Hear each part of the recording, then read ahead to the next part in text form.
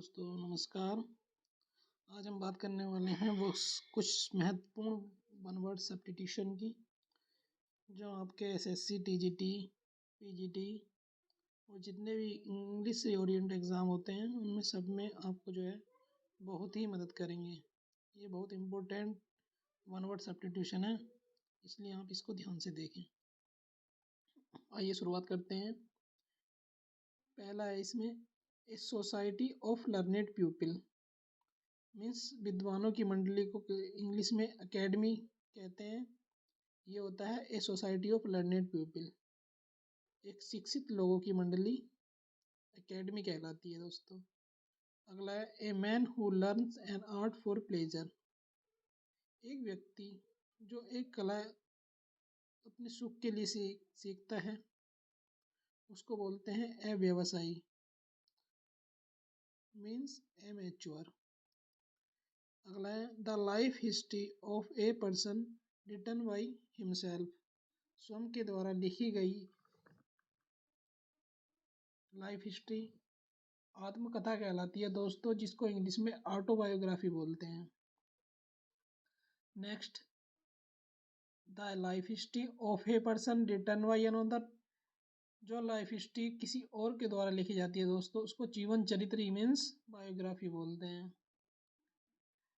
ये दोनों याद करने में ही बहुत आसान भी हैं और बहुत महत्वपूर्ण भी हैं, इसलिए इसको एक बार और पढ़ लेते हैं। The life history of a person written by himself means autobiography, and the life history of a person written by another means biography. ठीक है दोस्तों, अब आगे चलते हैं। Born after the death of father incapable of being divided,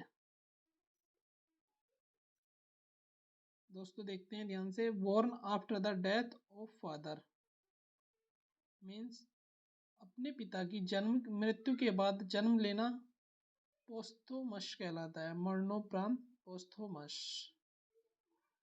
अगला है दोस्तों इनकैपेबल ऑफ बीइंग डिवाइडेड, जिसको कि विभाजित ना किया जा सके उसको अविभाजनीय बोलते हैं दोस्तों, जिसको इंग्लिश में इंडिविजुअल कहा जाता है, इंडिविजुअल। अगला है दोस्तों नॉट टू बी बिलीव्ड, जिस पर विश्वास नहीं किया जा सके उसको अविश्वसनीय बोलते हैं। इंग्लिश में होता है इसका मतलब दोस्तों इनक्रेडिबल, इनक्रेडिबल अविश्वसनीय, इनक्रेडिबल अविश्वसनीय। अगला है दोस्तों not qualified for a post, मतलब अपात्र या अयोग्य, जो कि एक पोस्ट के लिए योग्य ना हो उसको अयोग्य, इनएलिजिबल बोलते हैं दोस्तों, इनएलिजिबल। अगला है दोस्तों a person who can not पे हिज डेब्ट, एक व्यक्ति जो अपना उधार न चुका सके उसको दिवालिया बोलते हैं दोस्तों, जिसको इंग्लिश में इंसॉल्वेंट कहते हैं। अगला है a person who can not read और राइट, एक व्यक्ति जो कि पढ़ और लिख नहीं सकता उसको अनपढ़ बोलते हैं, जिसको इंग्लिश में इलिटरेट कहते हैं। अगला देखते हैं दोस्तों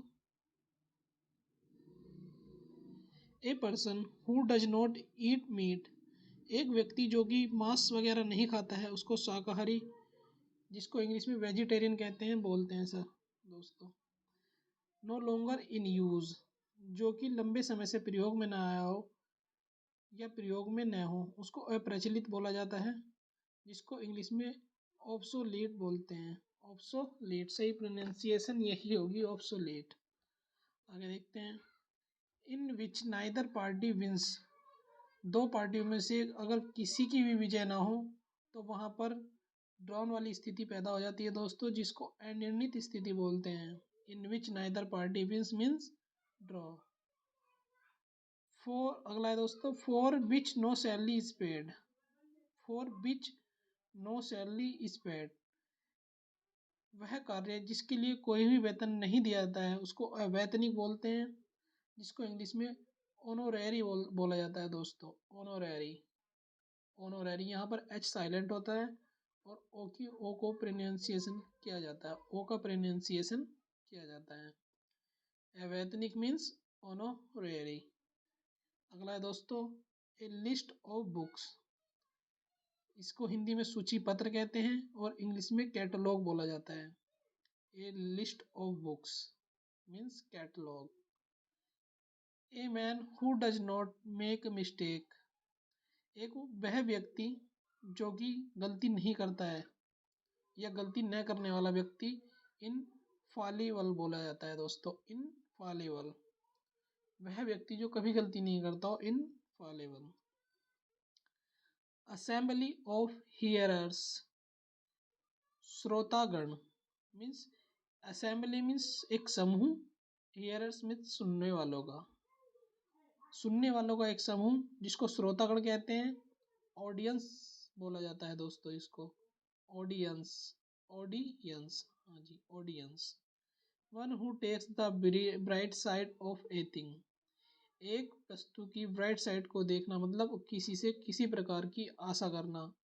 means one who takes the bright side of a thing, जो व्यक्ति किसी भी वस्तु किसी भी व्यक्ति में एक आशा ढूंढता हो उसको आशावादी या ऑप्टिमिस्ट बोला जाता है दोस्तों। One who takes the bright side of a things means optimist.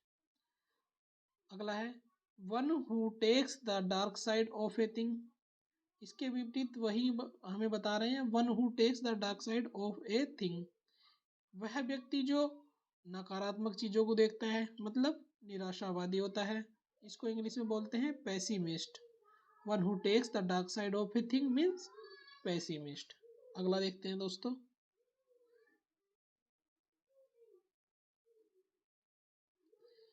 एक क्योर फॉर ऑल डिसीज, मतलब सभी बीमारियों का एक ही इलाज, एक ही दवाई के द्वारा इलाज मतलब रामबाण कहलाता है, जिसको इंग्लिश में पेनेसिया बोलते हैं दोस्तों। एक क्योर फॉर ऑल डिसीज मतलब रामबाण, पेनेशिया। अगला कुछ वर्ड इनकैपेबल से संबंधित है दोस्तों, इनको हम ध्यान से देखेंगे। इनकैपेबल ऑफ बीइंग रिकवर्ड, जिससे पुनः प्राप्त न किया जा सके उसको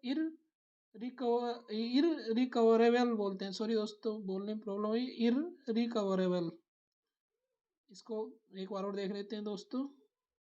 incapable of being recovered, irrecoverable, irrecoverable, irrecoverable, जिसे पुनः प्राप्त नहीं किया जा सके, इनरिकवरेबल।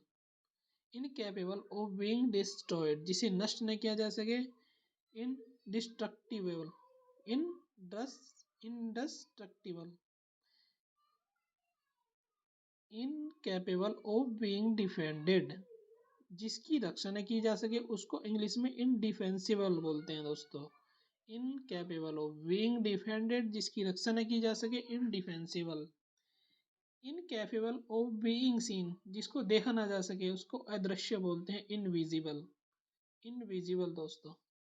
इनकैपेबल ऑफ बीइंग रीड, जिसको पढ़ा ना जा सके, eligible.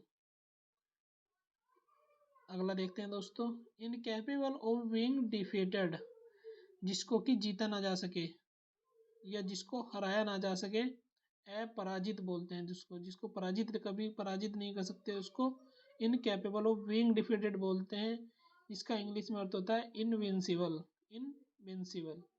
Incapable of being conquered अगला है दोस्तों। इनकैपेबल ऑफ बीइंग कन्क्योर्ड, जिसे विजय न किया जा सके, जिसे विजय न किया जा सके, अनकन्क्यूरेबल, अनकन्क्यूरेबल,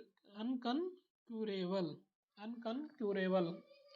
तो यहाँ पर हमने 27 वर्ड सब्स्टिट्यूशन का अभ्यास किया दोस्तों। ये most important one word substitution है, इसको आप ध्यान से देख लेना। ओके दोस्तों, बाय।